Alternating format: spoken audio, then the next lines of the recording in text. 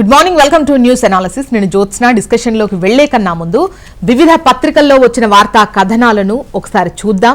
తెలంగాణ వార్తా పేపర్స్ చూసినట్లయితే ముందుగా ఈనాడు, ఇక్కడ బ్యానర్ ఐటంగా పెట్టుబడుల విస్తరణ సులభతరం అన్నటువంటి లైన్తో వార్తను హైలైట్ చేస్తూ సీఎం రేవంత్ రెడ్డి అమెరికా పర్యటనలో పెట్టుబడులే లక్ష్యంగా ముందుకు దూసుకెళ్తున్నారు అంటూ ఈ వార్తనిచ్చారు. వ్యాపారాలకు అనువుగా కొత్త పారిశ్రామిక విధానం, అమెరికాలో పారిశ్రామికవేత్తలతో సీఎం రేవంత్ రెడ్డి, 1000 కోట్లతో స్వచ్ఛ బయో ఇథనాల్ ప్లాంట్, పెట్టుబడులకు మరికొన్ని కంపెనీలు సంసిద్ధత వ్యక్తం చేశాయి అంటూ ఈ వార్తనిచ్చారు. ఇక బంగ్లాదేశ్ తాత్కాలిక ప్రభుత్వాధినేత యూనస్, నోబెల్ శాంతి బహుమతి గ్రహీతకు పగ్గాలు, పార్లమెంట్ను రద్దు చేసిన అధ్యక్షుడు, తాజా ఎన్నికలకు మార్గం సుగమం, మేజర్ జనరల్ జియావుల్పై వేటు, అల్లర్ల మృతులు 440 మందట. జలభాగ్యనగరి అంటూ హైదరాబాద్ మహానగర వాసులకు శుభవార్త. ఎప్పటి నుంచో ఎదురు చూస్తున్నటువంటి గోదావరి ఫేజ్ 2 తాగునీటి సరఫరా ప్రాజెక్టుకు ప్రభుత్వం పచ్చజెండా ఊపింది అంటూ ఈ వార్తనిస్తూ మల్లన్న సాగర్ నుంచి 15 టీఎంసీల తరలింపు, 5560 కోట్ల కేటాయింపు, 2 ఏళ్లలో పూర్తి చేసేలా ప్రణాళిక. విజయ్ వినేష్ అంటూ ఫైనల్లో భారత రెజ్లర్ పతకం అయితే ఖాయం, తుది పోరుకు నీరజ్, సెమీస్లో ఓడిన హాకీ జట్టు. ఇక ఖచ్చితంగా పథకాలు సాధిస్తారనుకున్న అగ్రశ్రేణి క్రీడాకారులు ఒక్కొక్కరిగా నిష్క్రమిస్తుంటే, పథకాలు అందినట్టే అంది చేజారుతుంటే, ఈ 2 అంకెల పథకాల ఆశలు నీరుగారిపోతుంటే ఎంత వేదనో అభిమానుల్లో పూర్తిగా నైరాశ్యం అలుముకున్నటువంటి వేళ ఆశలు నిలబెట్టడానికి నేనున్నానంటూ వచ్చింది కుస్తీ యోధురాలు వినేష్ ఫోగాట్.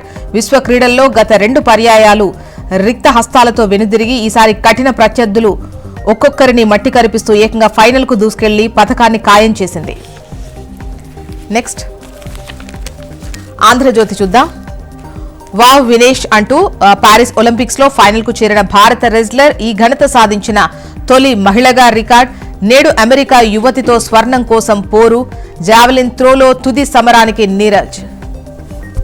నెగ్గిన విద్యార్థుల పంతం అంటూ బంగ్లా ప్రభుత్వాధినేతగా నోబెల్ గ్రహీత మహమ్మద్ యూనస్, అర్ధరాత్రి అధ్యక్ష కార్యాలయం ఈ వివరాలను ప్రకటించింది. రాజధానికి మల్లన్న సాగర్ నీళ్లు, ప్రాజెక్టు నుంచి 15 టీఎంసీలు తెచ్చేలా ప్లాన్, హైదరాబాద్లో తాగునీటికి 10 టీఎంసీలు. 1000 కోట్లతో స్వచ్ఛ బయో ప్లాంట్ హైదరాబాద్లో నెలకొల్పనున్న సంస్థ. సీఈఓతో సీఎం రేవంత్ బృందం చర్చలు. ట్రైజిన్ ఏఐ ఇన్నోవేషన్ సెంటర్ విస్తరణ, 3 ఏళ్లలో 1000 మందికి ఉద్యోగం. ఆసె సీఎం విస్తరణతో 500 నియామకాలు అంటూ ఈ వార్తను హైలైట్ చేశారు. 3 రోజుల్లో 22 లక్షల కోట్లు ఆవిరి, భారీ లాభాల నుంచి స్వల్ప నష్టాల్లోకి సూచీలు వెళ్లిపోయాయి. సెన్సెక్స్ 166 పాయింట్లు డౌన్ అయింది. 24,000 దిగువకు అటు నిఫ్టీ వెళ్లింది. స్థిరాస్తి అమ్మకందారులకు ఊరట, దీర్ఘకాలిక మూలధన లాభాలను పన్నుపై స్వేచ్ఛ. ఎండగట్టండి, గ్రామాల్లో రైతు రచ్చబండ పెట్టండి, సర్కార్ను నిలదీస్తూ ఆందోళనలు చేయండి, పార్టీ శ్రేణులకు కేంద్ర మంత్రి కిషన్ రెడ్డి పిలుపు. నెక్స్ట్ నమస్తే తెలంగాణ చూద్దాం. 5560 కోట్లతో పైప్ లైన్, హైదరాబాద్కు నీళ్ల కోసం అంటూ పరిపాలనా అనుమతి. మల్లన్న సాగర్ నుంచి నగరానికి 15 టీఎంసీల తరలింపు, 40% రాష్ట్ర ప్రభుత్వం, 60% ఏజెన్సీ ఖర్చు. 2 ఏళ్లలో భారీ పైప్ లైన్, నీటి శుద్ధి కేంద్రాల నిర్మాణం. కేసీఆర్ ప్రభుత్వంలో గోదావరి మొదటి దశ పూర్తి, కాళేశ్వరం 30 టీఎంసీలతో నగరానికి శాశ్వత భరోసా అంటూ ఈ వార్తనిచ్చారు. పైప్ లైన్లో పారేదేంది, గోదావరి మంచినీటి పథకం వెనుక మతలబేంటో, గ్రావిటీ వద్దని నిధుల పంపింగ్కే సర్కార్ మొగ్గు. అదనంగా 27 కిలోమీటర్లు పెరిగిన పైప్ లైన్, 540 కోట్లకు పైగా అదనపు భారం పడుతోంది అంటూ ఈ వార్తనిచ్చారు.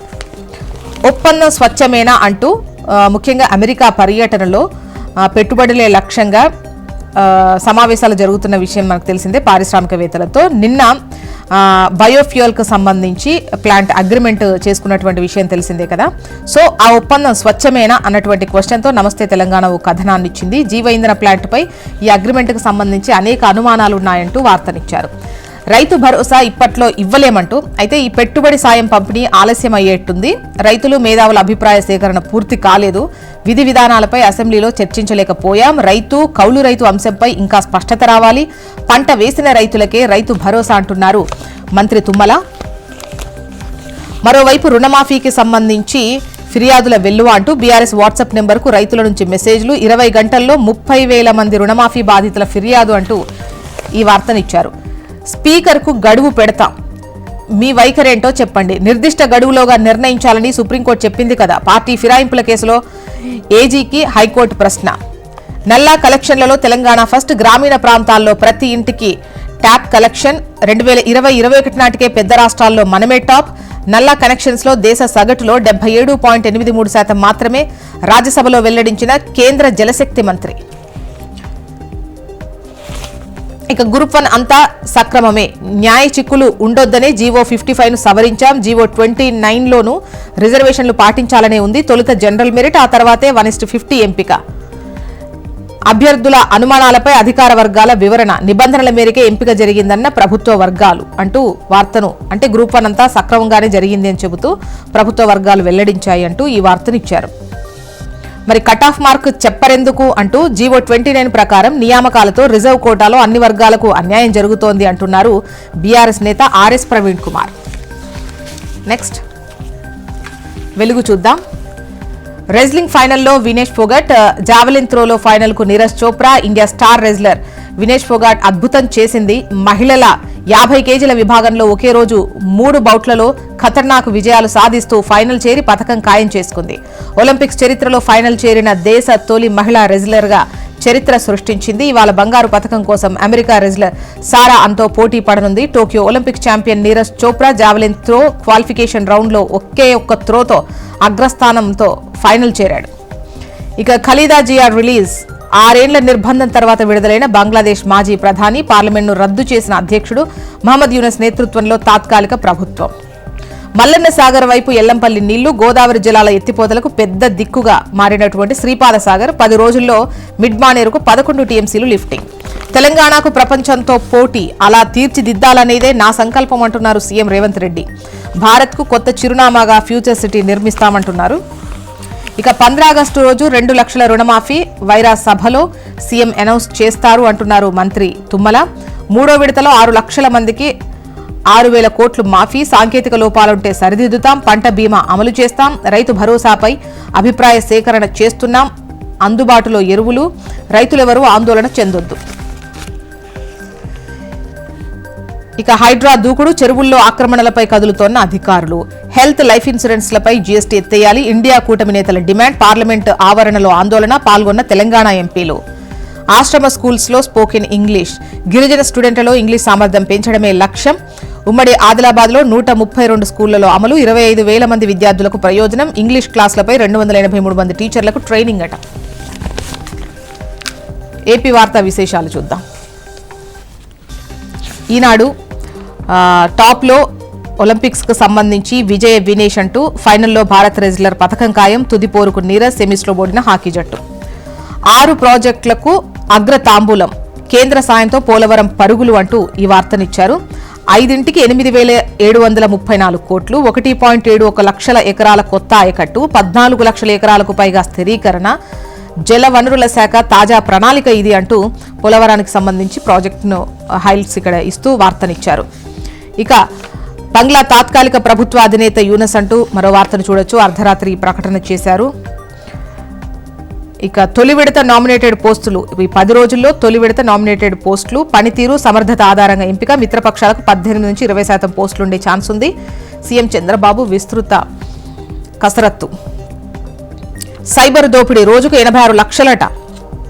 సైబర్ నేరాలపై ప్రజల్లో చైతన్యం తీసుకొచ్చేందుకు కూటమి ప్రభుత్వం సైబర్ కమాండోలను సిద్ధం చేయనుంది. 3 ఏళ్లలో 940 కోట్లు. రాష్ట్రంలో పెరుగుతున్న ఆన్లైన్ మోసాలు. Indian cyber crime coordination centre గణాంకాల్లో ఈ వివరాలు వెల్లడయ్యాయంటూ వార్తనిచ్చారు.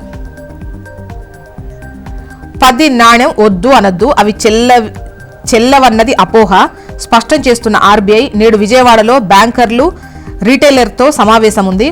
చాలా మంది ఈ సమస్య ఎదుర్కొంటూనే ఉంటారు. 10 రూపాయల కాయిన్ ఇస్తే తీసుకోరు. సో అపోహలొద్దు, 10 నాణ్యం వద్దు అని అనొద్దు, అది చెల్లే నాణ్యమే అని చెప్పేసి ఆర్బీఐ స్పష్టం చేస్తోంది. అండ్ ఇవాళ విజయవాడలో ఒక సమావేశం కూడా ఉందట దీనిపై క్లారిటీ ఇవ్వడానికి, అదేవిధంగా అవగాహన పెంచడానికి. ఇంకా చెప్పాలంటే ఆంధ్రజ్యోతి చూద్దాం. ఇక్కడ కూడా టాప్ ఐటంలో ఒలింపిక్స్కు సంబంధించిన వార్తని హైలైట్ చేస్తూ వినేష్ ఫైనల్కు చేరినటువంటి విషయాన్ని ప్రస్తావిస్తూ టాప్లో ఇచ్చారు. ఇక విద్యార్థుల పంతం నెగ్గింది. బంగ్లా ప్రభుత్వాధినేతగా నోబెల్ గ్రహీత యూనస్. ఇక పోలవరానికి దారేది అన్నటువంటి క్వశ్చన్తో వార్తనిస్తూ దెబ్బతిన్న డయాఫ్రమ్ వాల్, కుంగిన గైడ్ బండ్, కాఫర్ డ్యాంల సీపేజ్, ఈ పనులు ఎవరితో పూర్తి చేయించాలి? ప్రస్తుత సంస్థకైనా మరొకరికి అప్పగించాలా? ప్రభుత్వం ముందు జలవనరుల శాఖ ప్రతిపాదనలు. ఇదేం పేచి, జెడ్+ ఇచ్చినా చాలదా జగన్ అంటూ ఒక వార్తనిచ్చారు. నెక్స్ట్ సాక్షి చూద్దాం.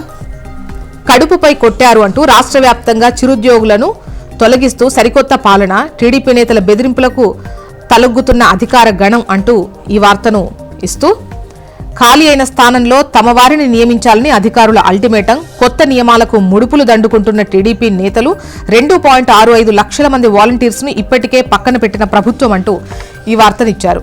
జనాగ్రహాన్ని తట్టుకోలేరు సీఎం చంద్రబాబుకు వైఎస్ఆర్సీపీ అధ్యక్షుడు వైఎస్ జగన్ హెచ్చరిక. భయపెడతామనుకుంటే మిమ్మల్ని బంగాళాఖాతంలో కలిపేస్తారు. ఈ విధ్వంసాలు, హత్యాకాండతో ఏం సాధించాలి అనుకుంటున్నారు అని చెప్పి జగన్ హెచ్చరించినటువంటి విషయాన్ని ఇక్కడ హైలైట్ చేస్తూ వార్తనిచ్చారు. కూటమి స్మార్ట్ నాటకం అంటూ రివర్స్ టెండరింగ్, న్యాయ సమీక్షతో అత్యంత పారదర్శకంగా స్మార్ట్ మీటర్ల టెండర్లు అంటూ వార్తనిచ్చారు. అదే కల్లోలం, బంగ్లాదేశ్లో కొనసాగుతున్న హింస, దేశవ్యాప్తంగా లూటీలు, విధ్వంసం.